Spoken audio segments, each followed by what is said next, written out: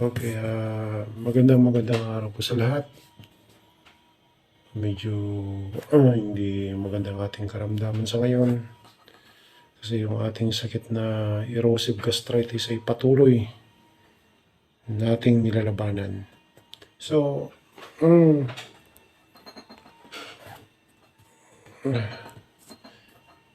may share lang po ako sa inyo about sa ating La Miracle Castle Soap. Kung mapapansin nyo, ang ating packaging ay maraming nakasulat.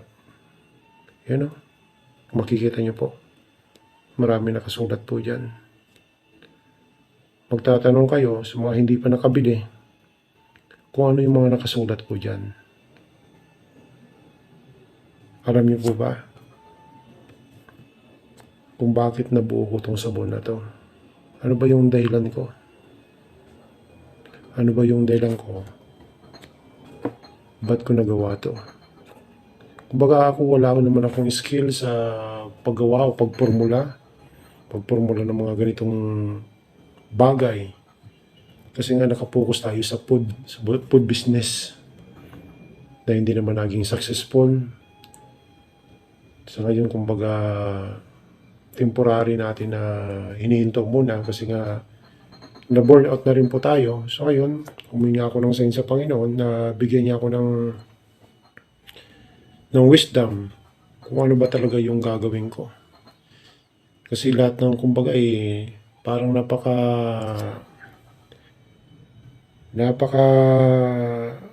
hilap na hingin yung isang bagay na gusto mo dahil alam mong mabuti to at para rin na makatulong ka, makashare ka ng kabutihan sa kapwa mo. Kaso nga maraming balakid, maraming pagsubok na dumating sa atin. Hindi ko rin alam kung bakit ganoon kasi naging mabuti naman tayong tao, naging mabuti naman tayong sabihin na natin na namamalakad sa isang negosyo para sa ating mga tao. So ngayon, dumating yung 2025, talagang nawala na ako na-burnout na tayo. Nawala na tayo ng parang encouragement na ituloy pa. Pero sabi ko nga, pansamantala lang natin itong i-stop kasi nga hindi na rin kaya ng ating katawan kasi wala akong maasa na tao.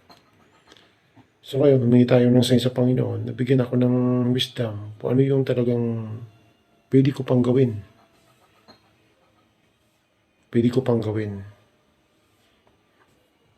So ngayon, itong sabon, nabuo natin, kahit yung logo niya, mapapansin nyo, kung mapapansin nyo yan, kapag pinaganito nyo, yan ganyan, may nakikita ba kayong kakaibang hugis ng mukha? Yan. Yan ang ating Panginoong Jesucristo. Yan ang kaya kumbaga nabuo yung aking word na La Miracle. Glamoroso ang ating Panginoon. Isang miracle na gumagawa ng mga milagro. So itong sabon na ginawa ko ay isang milagro para sa akin. Kasi nga wala naman tayong skills. Nag-try din ako ng mga online dyan sa yung mga tutorial sa online, mga paggawa ng sabon. Pero hindi talaga tama yung mga formula na binibigay nila. So ngayon, hindi ko naman to siguro magagawa kung walang guide sa taas. So, isi-share ko lang po sa inyo kung bakit napakarami nakasulat po dyan. Actually, wala naman akong pinagayaan ito. Kumbaga, later on ko na nalaman yung sa Doctor's Bronner na meron din siyang mga word of wisdom na nakalagay. Pero magkaiba kami. Magkaiba yung mga nakasulat. So dito, kung mapapansin nyo po, ang karamihan na nakasulat dito ay base sa aking mga karanasan. Mga struggle sa buhay, mga inspirasyon, at ang unang-una sa lahat, ang salita ng Panginoon. Kasi may mga Bible verse tayo dito yung share base sa ating karanasan, base sa ating nakikita sa ating paligid, base sa mga nangyayari. So, sabi ko, paano ko? Ako, hindi naman ako banal po. Hindi naman ako banal. Karaniwang tao lang naman tayo. So, naisipan ko na i-share yung salita ng Panginoon sa pamamagitan nitong product na to. Kaya naglagay po ako dito ng mga Bible verses para kahit saan man po ito mapunta, lumaganap yung salita ng Panginoon. Wala po tayong ginayaan ito. Dumating lang to sa isip ko. Nailagay talaga yung kanyang mga salita sa product na to, sa packaging na to. So, sa mga nakabili, mababasa nyo yun. Mababasa nyo yung mga word of wisdom ko rito, yung mga matatalingagang salita ko rito, na wala tayong, kumbaga, base ito sa ating experience sa buhay at itong salita ng Panginoon. Sa totoo naman, hindi naman tayo banal na tao. Pero sa totoo lang, wala ako rito kung hindi ako malakas. Hindi malakas ang kapit ko sa Panginoon. Hindi malakas yung pananampalataya ko sa Kanya. Kumbaga, kung hindi malakas ang pananampalataya ko sa Kanya, marahil hindi ako makakapagsalita rito sa harap niyo. So, itong sabon na to, kung papahintulutan niya, na mapalaganap ang salita niya sa pamamagitan nito, na mai-share sa buong mundo yung mga salita niya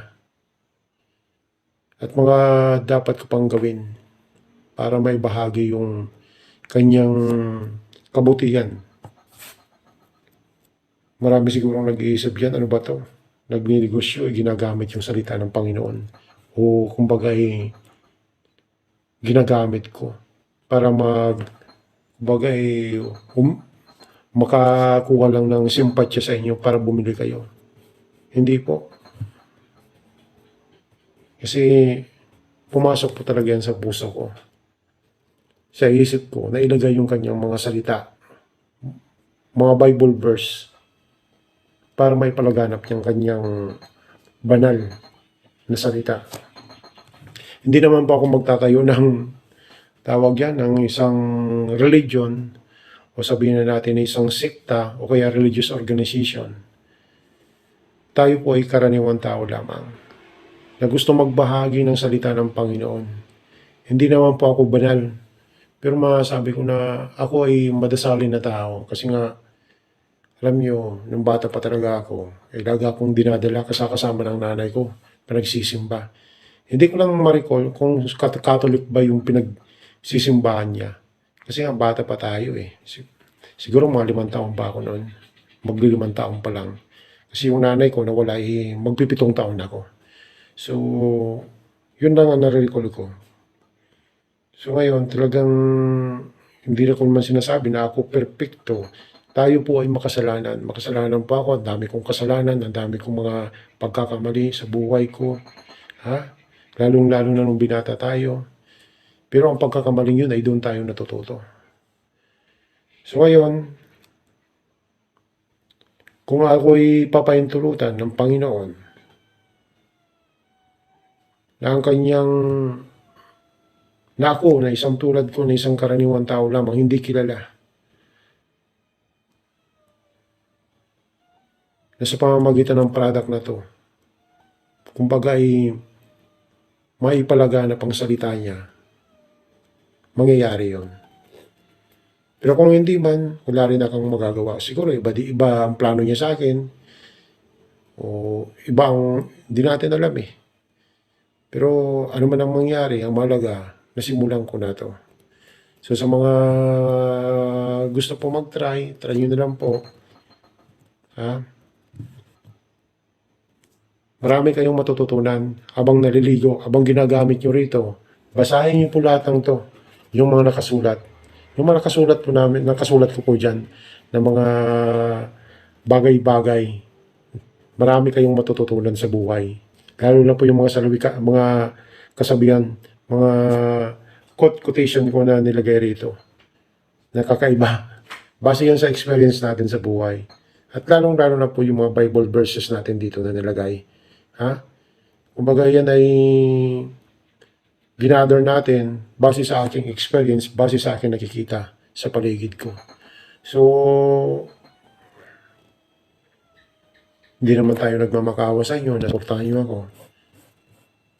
Pero ito nga, sabi ko po sa inyo, humingi ako ng sign sa Panginoon kung ano ba talaga yung pwede ko pang gawin. Kasi nga, nagtry na tayo ng business sa food pero walang nangyari. Gusto rin natin makatulong kasi nga kung nagkaroon din ako ng parang pa-feeding program. Pag may natitirang pagkain namin, talagang pinamimigay ko na yan sa mga walang-wala. O kapag may gustong kumain sa amin na walang-wala, pinapakain ko. Pinapakain po namin. So, siguro hindi pa yun ang talagang dapat kong gawin. Baka meron pa. Ito nga, ito na ulit ang binigay niya sa akin na dapat kong gawin. So, sinishare ko sa inyo. So,